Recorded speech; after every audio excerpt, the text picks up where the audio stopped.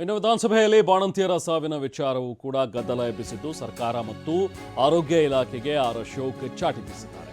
ಆರೋಗ್ಯ ಇಲಾಖೆ ಅನಾರೋಗ್ಯ ಇಲಾಖೆ ಆಗಿದೆ ಅಂತ ಹೇಳಿ ಆಕ್ರೋಶವನ್ನ ವ್ಯಕ್ತಪಡಿಸಿದರು.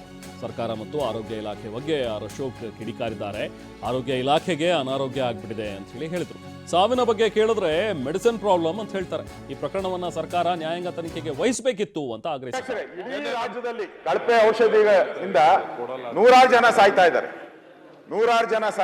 ನಾನು ಲೋಕಾಯುಕ್ತ ಭೇಟಿ ಮಾಡಿದ ಸಂದರ್ಭದಲ್ಲಿ ಎಕ್ಸ್ಪೈರಿ ಆಗಿರುವಂತದ್ದು 1 ವರ್ಷ ಎಕ್ಸ್ಪೈರಿ ಆಗಿರುವಂತ ಔಷಧಿಗಳಿದೆ, ಅದನ್ನೇ ತಗೊಂಡು ರೋಗಿಗಳು ಕೊಡ್ತಾ ಇದ್ದಾರೆ. ನಿಮಗೂ ಗೊತ್ತಿದೆ, ಬಾಣಂತಿಯರು ಸಾವಾಗ್ತಾ ಇದೆ. ಬಳ್ಳಾರಿ ಇರ್ಬೋದು, ಇಡೀ ರಾಜ್ಯದಲ್ಲಿ ಬೆಳಗಾವಿಯಲ್ಲಿ ಆಗ್ತಾ ಇದೆ, ಸಾವು ಸರಮಾಲೆ ಆಗ್ತಾ ಇದೆ. ಈ ಸರ್ಕಾರ ಈ ಒಂದು ಮೆಡಿಕಲ್ ಮಾಫಿಯಾ ಕಪಿಮುಷ್ಟಿಯಲ್ಲಿ ಸಿಕ್ಕಾಕೊಂಡ್ಬಿಟ್ಟಿದೆ. ಈ ಮೆಡಿಕಲ್ ಮಾಫಿಯಾ ಅಂದ್ರೆ ಯಾಕೆ ನಾನು ಹೇಳೋದು, 6 ತಿಂಗಳಿಂದಾನೇ ಇದು ಯೂಸ್ ಮಾಡಬಾರ್ದು ಅಂತ ಹೇಳಿದ್ದಾರೆ. ರಿಪೋರ್ಟ್ ಕೊಟ್ಟಿದ್ದಾರೆ 6 ತಿಂಗಳಿಂದಾನೆ ಈ ಮೆಡಿಸಿನ್ಸ್ ಯೂಸ್ ಮಾಡಬಾರ್ದು. ಯಾರು ಒತ್ತಡದ ಮೇಲೆ ಇದನ್ನೆಲ್ಲ ಪರ್ಚೇಸ್ ಮಾಡಿದ್ರು? ಯಾವ ಒತ್ತಡದ ಮೇಲೆ ಇದನ್ನೆಲ್ಲ ಪರ್ಚೇಸ್ ಮಾಡಿದ್ರು? ಅದರಿಂದ ದೊಡ್ಡ ಮಾಫಿಯಾ ಸರ್ಕಾರ ಸಿಕ್ಕಾಕೊಂಡಿದೆ. ಅದರಿಂದ ಮಾಡಿಲ್ಲ ಅಂದ್ರೆ, ನಾವು ಚರ್ಚೆಗೆ ಅವಕಾಶ ಕೊಡಿಲ್ಲ ಅಂದ್ರೆ ಇನ್ನೂ 100 ಜನ ಸಾಯ್ತಾರೆ ಕರ್ನಾಟಕದಲ್ಲಿ. ಅದಕ್ಕೆ ಆ ಶಾಪ ಈ ಸರ್ಕಾರಕ್ಕೆ ತಟ್ಟುತ್ತೆ. ಸಾವಿರಾರು ಜನ ಇವತ್ತು ಬಾಣಂತಿಯರು ಸಾಯ್ತಾ ಇದಾರಲ್ಲ, ಬೆಳಗಾವಿಯಲ್ಲಿ ಸತ್ತಿದ್ದಾರೆ, ಮಕ್ಕಳು ಸತ್ತಿದ್ದಾರೆ.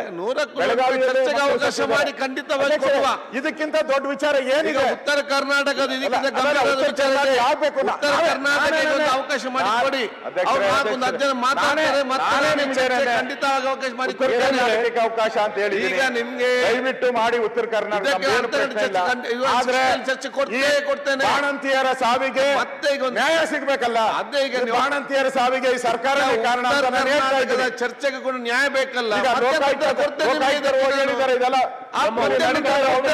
ಬಯಲಿಗೆ ಎಳೆದಿದ್ದಾರೆ. ಜನತೆ ಉತ್ತರ ಕರ್ನಾಟಕದಲ್ಲೇ ಏನು ಬೆಳಗಾವಿಯಲ್ಲಿ